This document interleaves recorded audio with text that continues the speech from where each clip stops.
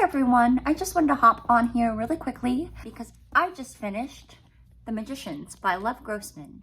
Some of you actually might be familiar with this title because it's actually a television show originally made by Sci-Fi and now it's on Netflix. And that's how I first came across this series. Magicians is the first book of a trilogy.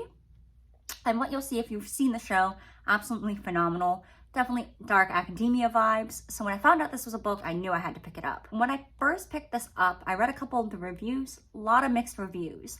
I saw some people were like, oh, it's like Harry Potter, only on drugs. Other people really didn't like it because of the main character who it's seen through, Quentin Coldwater. They didn't like his narrative. They didn't like how he described things. But overall, all I have to say is this was absolutely phenomenal. I did a little bit of research behind the thought process of and Lev Grossman was actually interviewed back in 2014, and he said that when he wrote The Magicians, he was actually suffering from depression, and he was trying to find a way to share or describe or shed light on depression through his writing. And all I have to say is he definitely did that. Anything like me and a lot of readers, I like reading fantasy. It's a little bit of escapism, you know, it's normally something to do with magic or a quest or something. I'd say right now, this book really isn't, you know, to escape. If anything, he utilizes fantasy to really talk about reality overall. So just to give you a little bit of an overview, it follows the main character, Quentin Coldwater. Immediately, you can tell that he doesn't really get along with a lot of other individuals. He's very, very intelligent. And he has this, I guess you can almost call it an obsession, but a fixation on this book series that takes place in Fillory, which is a magical land.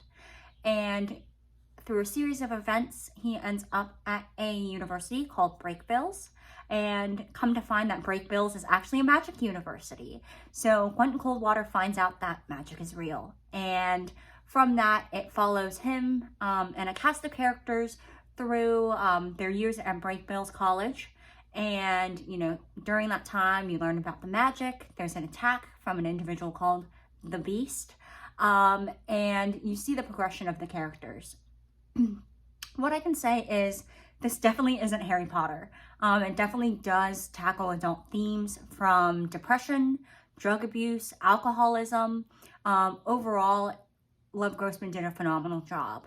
It was actually really interesting, and I won't go too much into the difference between the and a cast of characters through their years at Breakbills College. And, you know, during that time, you learn about the magic. There's an attack from an individual called the Beast, and you see the progression of the characters. What I can say is this definitely isn't Harry Potter. It definitely does tackle adult themes from depression, drug abuse, alcoholism. Overall, Lev Grossman did a phenomenal job. It was actually really interesting, and I won't go too much into the difference between the book and the television series, but through watching the television series, it actually opens up and introduces Quentin actually in a mental facility or a mental hospital. And it was almost like the producers were trying to think, how can we show that Quentin Coldwater has depression? Let's just put him in a mental institute. That makes sense. Where I think when you actually read this, Lev Grossman really describes through his prose and through Quentin's thought process, that feeling of melancholy, that feeling of depression, which I thought was absolutely phenomenal. One big thing too, I think he tackled really well is the ups and downs of Quentin. What you'll see is Quentin finds out magic is real.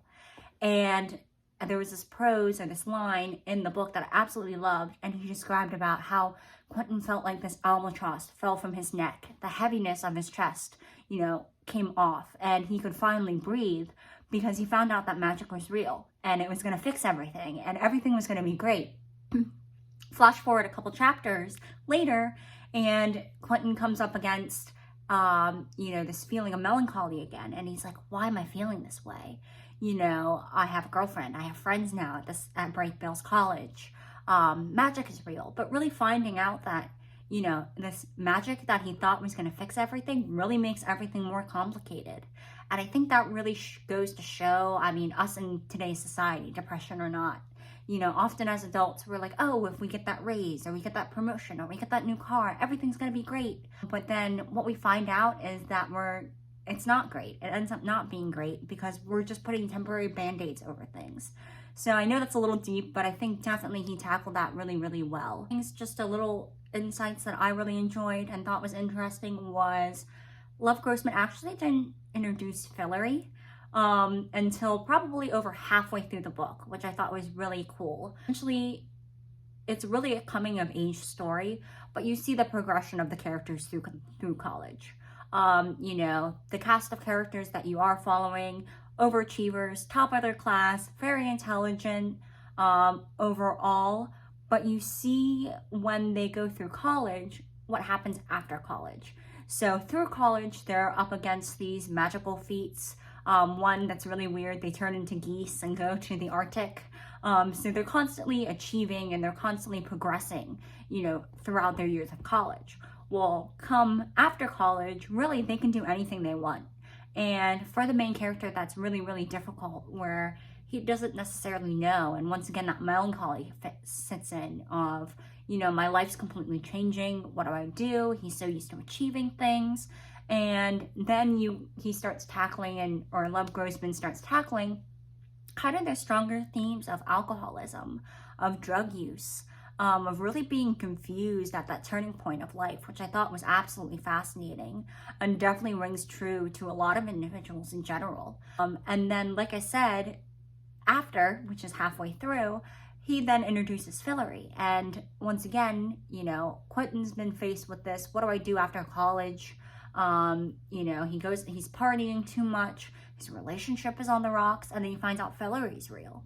And once again, he thinks, oh, this is great, Fillory, you know, my childhood dreamland is real. And he thinks that he's going to be like the main characters in his favorite books, where the Chapmans, where they, you know, they go on these grand adventures, they save Fillory, they do all this stuff.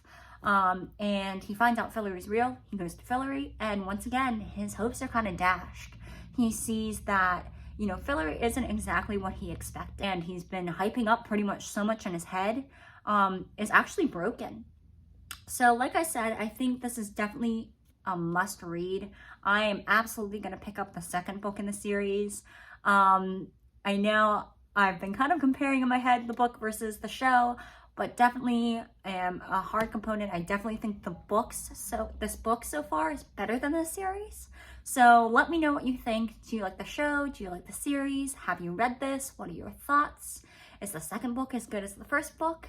But yeah, that's my little quick review.